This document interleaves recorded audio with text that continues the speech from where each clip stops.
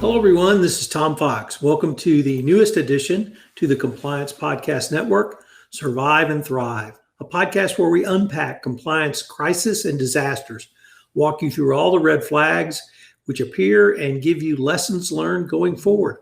I'm your co-host, Tom Fox. And I'm Kortney Nordrum, Regulatory Counsel and Chief Compliance Officer at Deluxe. This season on Survive and Thrive, we're talking about compliance disasters. They're the unpleasant situations that companies get themselves into because they weren't looking at the right clues, they hadn't yet figured out how to expect the unexpected, or they had their collective heads in the sand. Today's episode is about surviving a joint venture and the fun that happens when two international companies combine governance. Kortney, I wanted to do this episode because it's the one I think that really shows how compliance has to work with the business, and that you and I would like to have not simply a seat at the table, but be in on all of the decisions, but be aware of what's going on so that we can be prepared when the CEO turns and points his finger and says, "Are we good to go, Kortney?" Yep. In the area of joint ventures, the FCPA world is literally littered with enforcement actions of companies which came to grief through international joint ventures. The problem usually starts because of the unique structure of a joint venture, which requires the integration of disparate company cultures. This is compounded when you have your proposed partner be a foreign government or a state-owned enterprise. A joint venture creates new sets of compliance risks for companies that are subject to the FCPA. Obviously, a joint venture, by definition, you have less control. A lot of these can be addressed in the formation, but other problems may arise, like the following. You're sitting in your office. One afternoon, you get a call from your CEO. He's just gotten back from China, and he says, "Hey, Kortney, I'd love to talk to you. Do you have a few minutes?" And you, of course, have a few minutes. And so you trundle on down to his office, and he tells you he has found the most connected person and company for your company to joint venture with in China. This partner is highly sought by several U.S. companies, so you're going to have to move quickly. In fact, he's decided this, and it's a guy. This guy is his guy. And he'd like to be in Singapore in 2 weeks to close the deal in writing, but he's really handshook on it. So in his mind, it's pretty much closed. So with that fact pattern and scenario, what steps can you take to protect your company after you've done the famous Kortney in the pillow yell? I was going to say, first I grab the pillow. No, first I say to the CEO, "Hey, dude, you know how we talk about earlier is better? This is one of those cases where earlier is better. Bring me in earlier so that I don't have to do diligence on a joint venture in 2 weeks." But after I get off of my soapbox on that, I really want to have a conversation with him. Again, we're saying him only because it's easy, not because we think CEOs have to be men. I'm going to have a conversation with him that focuses on what the expectations are for what I need to handle. So I don't suggest allowing the business to tell you what you can and cannot dig into, but basically setting the ditches on what other areas are handling and what compliance needs to handle. I always have in my back pocket a standard questionnaire for M&A due diligence. It is, I think, last check, 130 questions.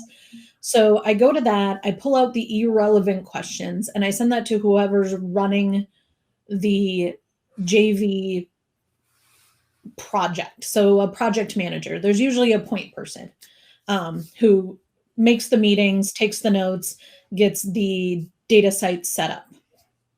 So I'm going to get that off to the potential joint venture partner as soon as I can, because I want to know not only what their answers are, but how they answer. Then I'm going to go and brief my team. So normally when we're doing M&A, when we're doing this kind of work, I like to bring in at least a couple members of my team, because particularly on this condensed timeline, we're going to need a lot of people looking through a lot of stuff, and that takes bodies and eyes. So I'm going to brief my team on what's happening and what I need from them. Go ahead. So now, after you've done that sort of internal, laid the groundwork, you might call your outside counsel. Now, because you and your company are diverse, your lead outside counsel is female, and it's someone you've worked with in the past. She has helped you in tight situations before. You explain to her what has come up, and that you would like to have her and her full investigative team on a call the next day at noon. What do you do to prepare for that call, and how do you help think through moving forward with her assistance from that point, starting with the call? So I'm going to create a list of, I'm going to take a notebook and I'm going to put a line down the middle. I'm going to decide what counsel's going to do and what I'm going to do, because we have 2 weeks, that's 10 business days. And China is on basically an opposite time schedule than we are, meaning we're going to lose at least a day between when we're connecting with them and they're connecting back with us. I want to make sure everybody knows what the expectations are. So I'm going to tell counsel right away, hey, friend, we're going to do a joint venture. Here's what I need from you. I am going to ask her to be responsible for drafting any agreements or any representations and warranties that have to do with compliance. I'm going to need her to advise on government approvals and any registration and licensing that we may need. I don't have a ton of experience with joint ventures in China, not something that I've had to deal with. So I don't know what I don't know, and I'm going to make that her job to figure out what I don't know. I'm going to ask her and her investigation team to do a deep dive into both the company, the target company, as well as the board and executive leadership, particularly in the BRIC countries, Brazil, Russia, India, China. We want to make sure that we're being very sensitive to any anti-corruption, anti-bribery risks. Additionally, in China, you've got state-owned enterprises all over the place, and pretty much anyone could be acting on behalf of the government. And so there are additional risks with that, and I want to know what we're getting into. So those are going to be kind of the big pieces. I'm also going to ask her to engage a third party to do boots on the ground due diligence. I'm allergic to shellfish, so me traveling in Asia is really challenging, and I'm always afraid I'm going to die. So it is so much easier to find a trusted third party, either in country or nearby, that you can go to say, here's the due diligence I need. Here's the pictures I need. Here's the documentation I need. Here's who you need to talk to make sure that the organization that you're partnering with, that you're building this joint venture with, meets the standards that you have for your company. And not only your regulatory standards, but your ethical standards. There are some companies on earth that don't provide bathrooms or that engage children to work. We want to make sure that we are staying far, far away from those concerns. And we need someone physically present to go walk through the buildings to make sure that that's the case. On the in-house side, I'm going to say my team's going to do all of the normal diligence we would do. So we're going to run our questionnaire. We're going to hold interviews. We're going to have meetings. We're going to review all of the evidence and all of the documents provided. And we're going to put that all together in a summary readout for not only the CEO, the C-suite, and the board, but for probably our insurers and our outside counsel and anyone else who wants to weigh in. We're going to identify the compliance risks from the inside. I'm also going to huddle up the JV team that we've established internally and talk to them about what they can and can't do through the diligence. So there are things that we can't disclose. There are things that they shouldn't disclose. Things we can ask about, things we can't, and what we can plan for and when. This is an antitrust is really the big issue here, but we would expect the joint venture partner to also be doing diligence on us at this time. And so I want to make it really clear to the team that not only are we performing diligence, we're being scrutinized, and here's what we can share and what we can't share. So before we get into breaking down some of the next steps, I was wondering if you could give some thoughts on why you feel it's important to have a go-to lawyer or lawyers that you can pick up the phone probably any time of day or night. And if not say have a problem, at least say that you can reach out for counsel and guidance and know that basically they have your back. What does that mean to you as an in-house practitioner? It is invaluable. As a chief compliance officer, I know a lot of things, but I don't know everything. Nobody does. And so having the deep bench of outside counsel to be able to text, call, email, and say, hey, can I bounce something off of you? Or this didn't smell right. Can I run something by you? I'm not sure. It's really, really important for me to be able to have that outside view on what's happening. So as an organization, I think of it as legal's job is to protect the organization from everything on the outside. Compliance's job is to protect the world from the organization. And outside counsel has both of those as their scope when they're advising us in compliance. So they know we want to protect the organization, but they know that our first duty is to following the law and the rules. And so it's really, really, it's one of the main tools in my bag as far as where do I go when I don't have the answer. I talk to outside counsel probably several times a month. And depending on the area of compliance or regulatory specialty I need, I go to different attorneys. But the advice they give is absolutely invaluable to me being able to do my job. So now you've gone to sleep, probably got about 90 to 120 minutes of sleep thinking about this, but you're bright-eyed and bushy-tailed the next day for your meeting with your outside counsel, and it's a con call. So you kick off the meeting. What are some of the steps that you would either expect your outside counsel to suggest they provide, or what would you expect or what would you tell them that you expect them to provide? So it's going to be hopefully some follow-up from the day before. Because of the timeline, I'm likely going to be emailing and texting and everything else back and forth between the conversation yesterday and today. But I would reiterate that my expectations are that they're going to do this deep dive investigation and they're going to arrange for immediate boots on the ground. And on top of those expectations, I would I would not be surprised if outside counsel also went above and beyond and said, we've contacted our branch in Singapore, Hong Kong, somewhere nearby. We have people on standby there to draft anything you need to draft.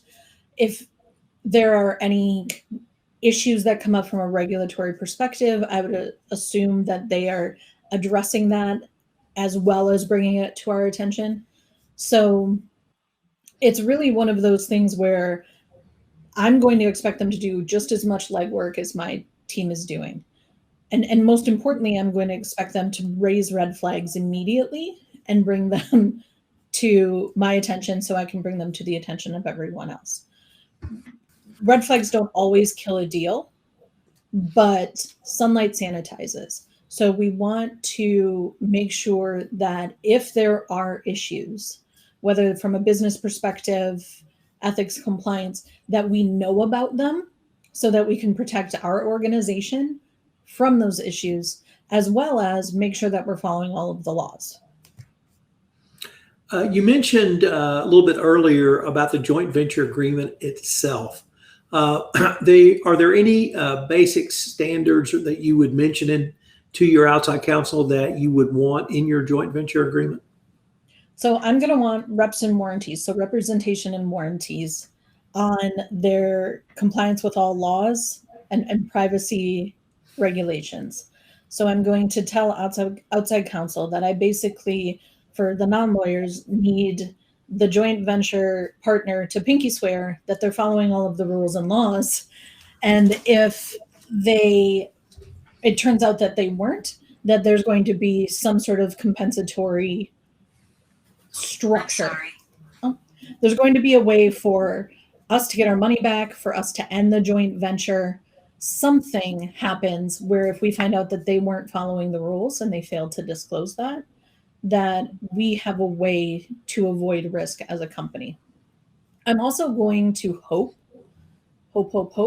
that we have enough leverage in this joint venture deal that we get to speak to the controlling jurisdiction and controlling law, because as the compliance officer, I'm going to want to know what laws are going to apply, when, and how. And so even if it's just for the contract and the contract interpretation, I get more comfort if I'm familiar with the laws of the jurisdiction that the contract is written in.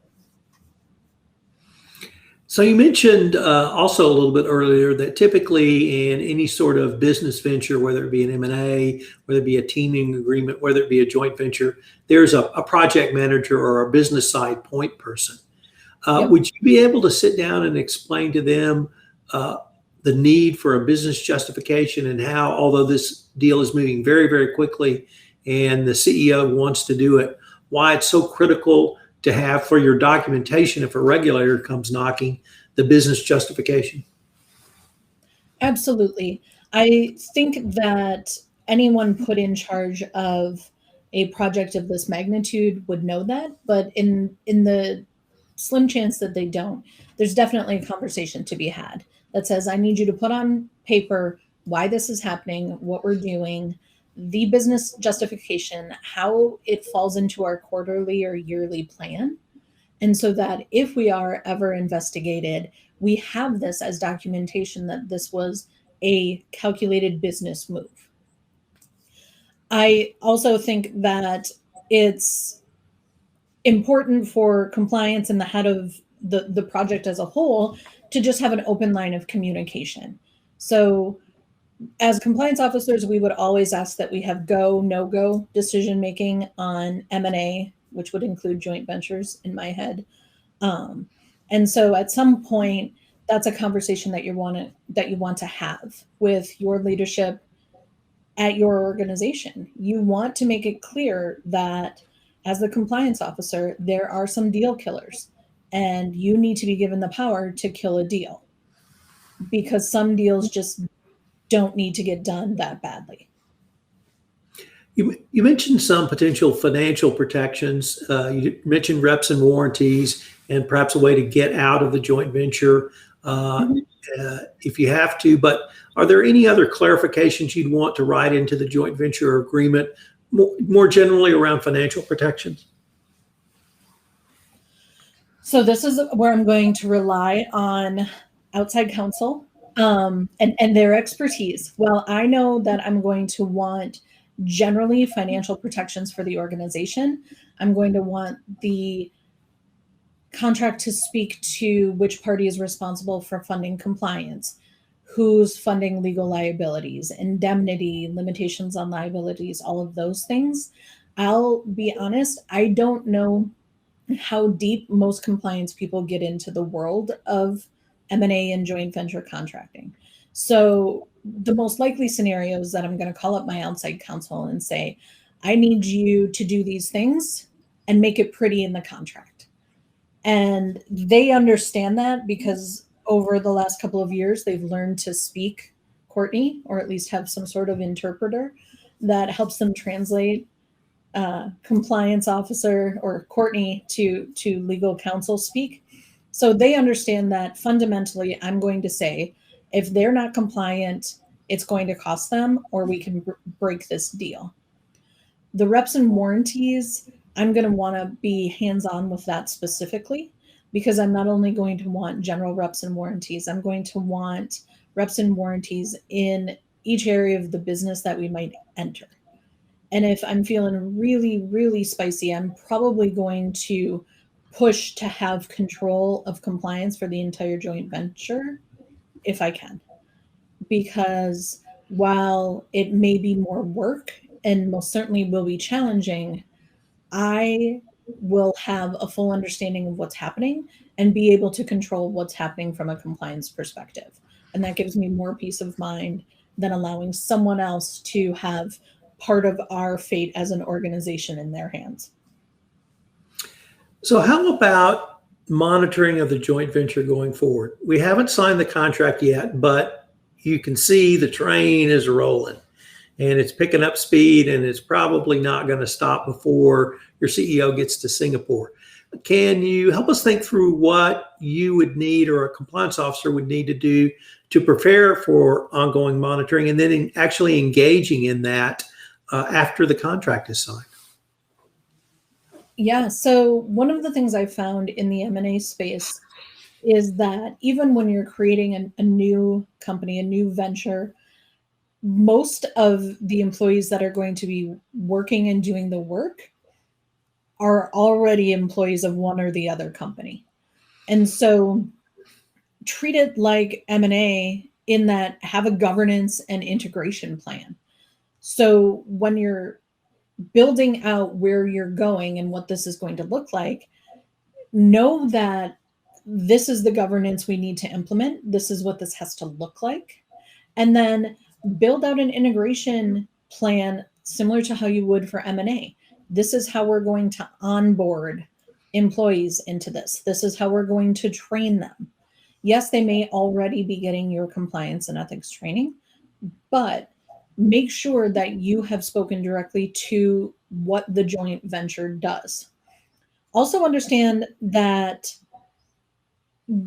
what the governance and compliance is going to look like may differ from governance or compliance at either of the partner companies that form the joint venture. And so you need to clarify who's going to be responsible for what.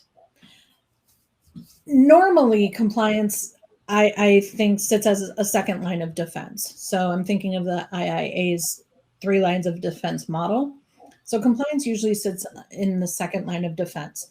With this kind of joint venture going in 2 weeks, I would push for, I don't want to call it a first line, but line 1.5 of defense, making sure that the frontline operators and employees of this venture, who I'm assuming are now going to be doing at least some of their work for this new joint venture, understand their obligations.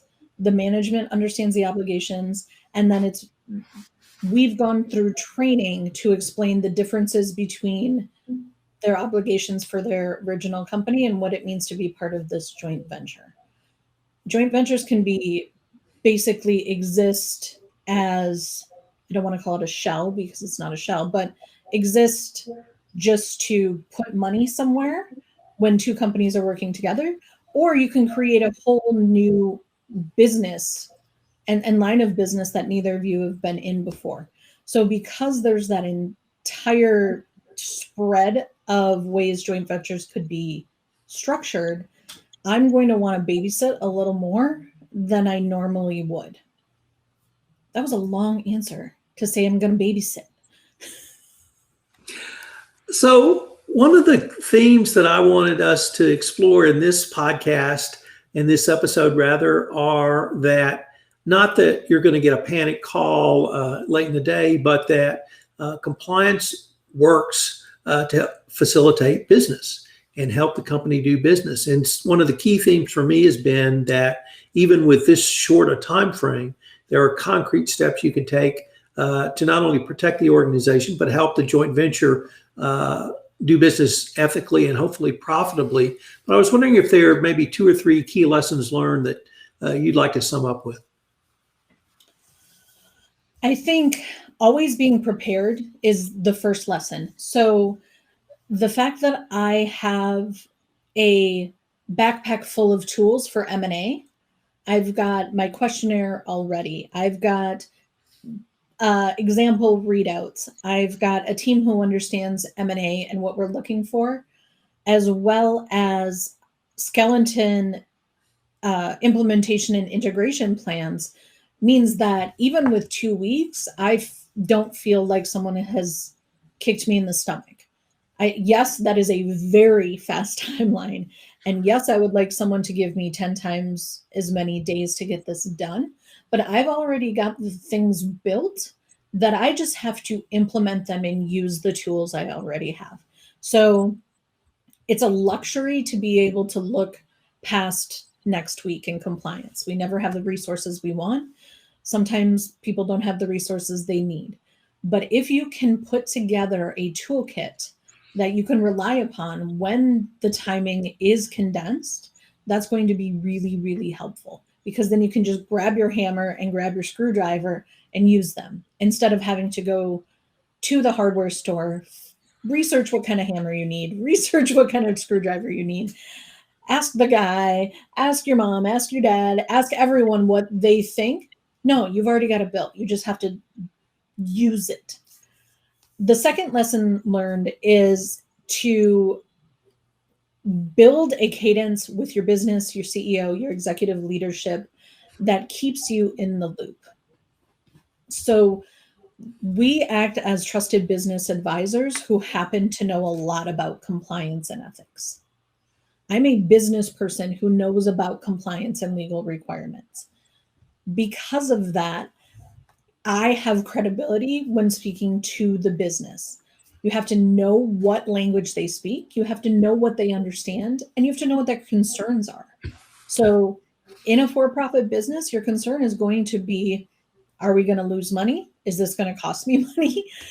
What are all of the money things are you going to do, Kortney?